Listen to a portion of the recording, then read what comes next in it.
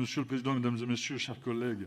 Alors, tout d'abord, je tiens à vous remercier pour cette initiative et vous, Madame, Messieurs, pour la qualité de vos développements fort intéressants et fort instructifs.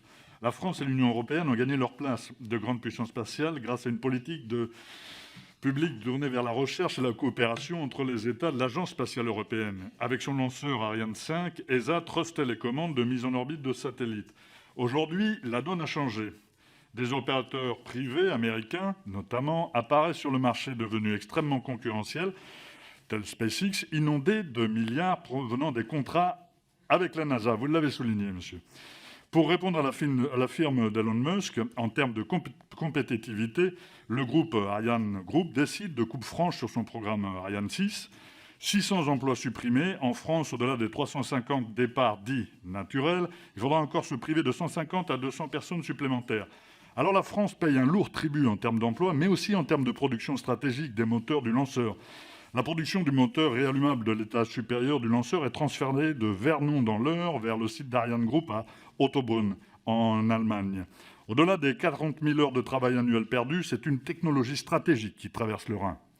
Nous avons aussi appris qu'un nouveau pas de tir de petits lanceurs, vous en avez parlé de petits lanceurs, va voir le jour en Suède et que les principaux utilisateurs seront allemands. J'ajouterai ce que vient de citer ma collègue Sophie Mette. Alors, à l'aune de ces éléments, comment la France compte-t-elle tenir son rang et empêcher la mainmise allemande sur l'industrie spatiale européenne ? Donc j'insiste vraiment, le principe de la préférence européenne, qui est même, je dirais, notre argent est dépensé en Europe. Et notre industrie, elle est européenne. Alors là-dessus, je ne peux pas répondre sur l'aspect France versus Allemagne. Je peux juste dire que Ariane 5, c'est un lanceur européen. Ce n'est pas un lanceur français, désolé.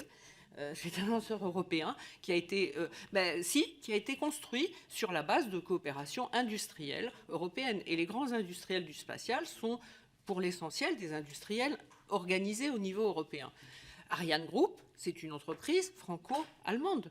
Il n'y a pas seulement en France. Bon. Donc moi, du point de vue ESA, je dirais on fait une organisation industrielle qu'on essaye de faire la plus efficace, la plus compétitive possible, bien sûr, et aussi en fonction des contributions reçues.